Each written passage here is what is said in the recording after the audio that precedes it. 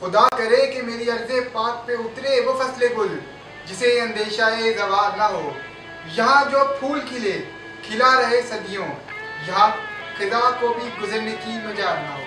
ناظرین, ایجوکیشنسٹ کی جانب سے اہل وطن کو جشن آزادی کی مبارکباد. ناظرین, 70 برس پہلے کی بات ہے کہ لاکھوں لوگ بے روح آنکھوں میں کچھ خواب سجائے, چھنی چھنی ہاتھوں میں دعاؤں کے کشکول لیے, تار تار دامن کے ساتھ خوابوں کے ایک طلسم خانے میں داخل ہوئے. سادہ لوگ اسے پاکستان کا نام دیتے ہیں. پاکستان کی پہلی سالگرہ یعنی 14 اگست 1948 کو قائد اعظم نے قوم کو ایک پیغام دیا. وہ پیغام یہ تھا کہ اللہ نے آپ کو ہر قسم کی نعمت سے نوازا ہے, آپ کے پاس لامحدود وسائل موجود ہیں, سیاست کی بنیاد مضبوطی سے رکھ دی گئی ہے. اب یہ آپ کی ذمہ داری ہے کہ آپ اس سیاست کو جلد از جلد قائم کریں. لیکن ہم نے اس بات کا مفہوم الٹا ہی لے لیا اور ہم اپنی دیواریں قائم کرنے پہ لگ گئے. ہم فرقہ واریت میں بچ گئے, ہم قومیت میں بچ گئے. ابن انشا کی ایک تصنیف ہے جس کا نام ہے اردو کی آخری کتاب. اس میں ایک مضمون ہے پاکستان میں کون رہتا ہے. اس میں لوگ کیا لکھتے ہیں, یہ عراق ہے, یہاں کون رہتا ہے, یہاں پہ عراقی رہتی ہے. یہ ہندوستان ہے, یہاں پہ کون رہتا ہے, جہاں پہ انگریز رہتے ہیں. یہ کیا ہے, یہ پاکستان ہے. تو یقیناً جہاں پہ پاکستانی قوم رہتی ہوگی, ارے نہیں, جہاں پہ تو سندھی قوم رہتی ہے, یہاں پہ تو بلوچی قوم رہتی ہے, یہاں پہ تو پنجابی قوم رہتی ہے. لیکن ایک منٹ, پنجابی قوم اور سندھی قوم تو ہندوستان میں بھی تھی, پھر الگ وطن بنانے کی کیا ضرورت تھی. اچھا, غلطی ہو گئی, دوبارہ نہیں بنائیں گے. چلیے آپ کا تعارف کرواتے ہیں اپنے مہمان کے ساتھ. جناب سجاد میر صاحب موجود ہیں. آئیے ان سے جانتے ہیں کہ یہ 14 اگست کیسے مناتے تھے اور کیسے جوش و جذبے سے یہ 14 اگست منائے. السلام علیکم سر. سب سے پہلے سر میری ٹیم کی جانب سے اور میری جانب سے آپ کو جشن آزادی کی بہت بہت مبارکباد. سر میں جاننا چاہوں گا کہ جب آپ کی جوانی کا وقت تھا تو آپ کیا بڑا بات ہے نوجوانی سر, آپ کس طرح کتنے جوش و جذبے سے جشن آزادی منائے گئے تھے.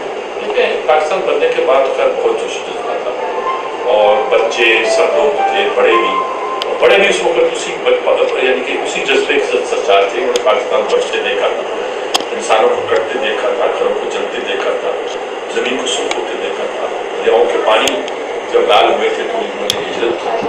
جہاں زمانے گھر مکان محلے سب جلا دیے گئے, ایک عجیب کیفیت دیکھی تھی اور بڑے جذبے کے ساتھ انہوں نے اس تاریخ کو حصہ کیا. اس لیے وہ اپنے اس فیلنگ کو امپارٹ نئی نسل میں کرتے ہیں اور نئی نسل بھی اسی سائے میں جوان ہو رہی تھی کہ یہ تو بہت ہماری آزادی کا دن جو تھا ہمارے لیے بڑا تقدس رکھتا, بڑا مقدس ہے اور بڑا ہے. تو جب اسی فیلنگ کے تحت جو فضا موجود تھی اور اس کا انداز کہاں ہوتا ہے. آج کل کے نوجوان جو ہے کر لیا ہے, ان کے لیے جشن آزادی کا دن ایک بزرگ بازی کا دن جو ہے وہ اس کے حوالے سے منایا جاتا ہے. اصل میں بات یہ ہے کہ آپ کلچر مثال کے طور پر ہمارے یہاں کچھ تک بنایا جاتا ہے, کھانے پکتے تھے, ملنا جلنا تھا, رونقیں تھیں. لیکن ہماری عادت پڑ گئی ہے کہ ہم ان دنوں کو ایک گلوبل کلچر کے تحت, اس سے میں کلچر کہتا ہوں, یہ بات ہے. لیکن لفظ اور کو مجھے ملتا نہیں. بناتے ہیں کوئی ڈانس, وہ رقص, کو شراب کی جائے, اپنے 5 اسٹار ہوٹل کی چھتہ پہ جا کے بیٹھ جائے نا, نیو شیر بناتے ہیں, اسی ٹریڈیشن بناتے ہیں, تو وہ چل پڑتا ہے ہمارے یہاں. اس لیے یہ جو ہلڑ بازی اور یہ جو شور شرابے کا بات ہے, یہ ہمیں سوچنا چاہیے کہ ہمارا نوجوان جب بھی خوشی مناتا ہے اس ہلڑ بازی کے علاوہ اس کے پاس کوئی کچھ کیوں نہیں, اس کو ڈائریکشن کیوں نہیں دی ہم نے, اس کو خوشی منانے کے اور طریقے کیوں نہیں ہم نے ایجاد کر کے دیے. اور پوری دنیا گلوبل ایک ہے, ایک ہلڑ بازی, ایک یوپی کلچر بھی آیا, ایک بوہیمینزم آئی اور نوجوان ہر پابندی کو توڑنا چاہتے ہیں. فرسٹریشن ہے یا کیاس ہے, کیا کچھ بھی ہے, وہ یہ ہمارے یہاں بھی ایک ہلڑ بازی سی ہوتی ہے. ایک پہلے معصومانہ ہلڑ بازی ہوتی تھی جس کو بچوں کی شرارتیں بھی کہا جاتا تھا, تو پسند کی جاتی تھی. لیکن یہ تو گنڈا گردی والی ہلڑ بازی ہو جائے گی. ایڈونچرزم کیا ہے, ون فیلنگ, یہ بھی ایڈونچرزم ہوئی. تو کہا یہ آ گیا, لیکن اس کا مطلب یہ نہیں ہے کہ ہم یہ اس جذبے کو ظاہر کرتا ہے جو لوگوں کے دلوں میں موجود ہے. گزر جاتا ہے, وہ گھڑیاں تھم جاتی ہیں, تو ہم مختلف پارٹیوں کے جھنڈے کے سائے تلے تو ایک ہو جاتے ہیں لیکن ہم ایک قوم نہیں رہتے, صرف یہ ایک نعرے کی حد تک رہتے ہیں. اس حوالے سے سر آپ کا جیسے پارٹیوں کے جھنڈے کے تحت ہم ایک ہوتے ہیں, جھنڈے کے تحت بھی ہمارے مختلف گروپ ہوتے ہیں, مختلف طبقات ہوتے ہیں, مختلف کلاسز ہوتی ہیں, مختلف لوگوں کو لیڈر مانا جاتا ہے, کسی کو اس گروپ کا ہے, اس گروپ کا ہے, اس گروپ کا ہے. تو کہتے ہیں نا کہ یہ جو ایک تنوع ہونا ہے, یہ تو یہاں اختلاف ہونا ہے, یہ اس بات کی نشانی نہیں ہے کہ وہ لوگ ایک پارٹی میں شامل نہیں ہیں. جب وہ ایک پارٹی میں شامل ہو سکتے ہیں, آپ 500 اختلافات کے بعد 500 دستور کے بعد ہمارے ملک میں ایک پرچم کے تلے رہنے والوں کے اختلافات ہیں, تو یہ کہنا کہ وہ ایک نہیں ہے تو بڑی بات ہے. امریکہ کے لوگ جو ہیں, ہر نسل کے لوگ موجود ہیں, میکسیکن ہیں, کالے ہیں, ایشیائی ہیں, یورپین دوسرے ہیں جو کہ اینگلو سیکسن نہیں ہیں, سارے اس کو مطلب وہ مل کے رہتے ہیں, مل جل کے رہتے ہیں. ان کے اختلافات بھی ہیں, بڑے نمایاں بھی ہیں. ایونجیکل چرچ کے لوگ بہت طرح رہتے ہیں, دوسرے لوگ بہت طرح رہتے ہیں. تو ان سارے اختلافات کو کوئی ہوتا یہ کہ امریکن کہتے ہیں کہ میلٹنگ پوائنٹ پاٹ ہے, ہم وہ ڈالی ہیں جس پر ڈال کے سب تہذیبیں سب کلچر ایک ہو جاتے ہیں. کینیڈا کے لوگ کہتے ہیں ہم پلاش بناتے ہیں, امیج جو ہے وہ ایک کینوس پہ رکھ دیتی ہے, وہ سب مل کر ایک خوبصورتی بناتے ہیں. آپ جس طرح چاہے لیں, آپ پلاش کی طرح زندگی گزارنا چاہتے ہیں تو اگر آپ میلٹنگ پاٹ بن سکتے تو بنا کے دکھا دیں. وہ تو امریکہ بھی نہیں بن سکتا نا جی, ہر طرح کے لوگ ہیں وہاں. میرا خیال میں اس پہ الجھنے کی کوئی ضرورت نہیں. اس پرچم کے سائے پر ہم ایک ہیں, بالکل سایہ خدائی سے چلا رہے ہیں اور اس کو ہمیں ماننا چاہیے. آپ نے ہر قسم کے دور دیکھے ہیں پاکستان میں. سب سے زیادہ نقصان جو ہے پاکستان کو کس دور میں پہنچا, لیکن کہ جو ترقی کی راہ میں رکاوٹیں ہیں وہ سب سے زیادہ کس دور میں پاکستان کی دور میں؟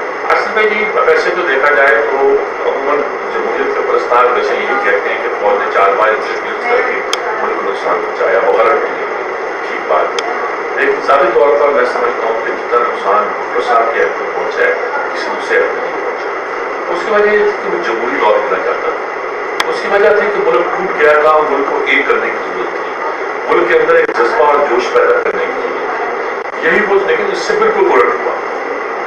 قوم بٹی بھی, قوم میں نظریاتی تصادم پیدا ہوا اور ایسی پالیسیاں معیشت کے میدان میں اور دوسرے میدانوں میں پیدا ہے.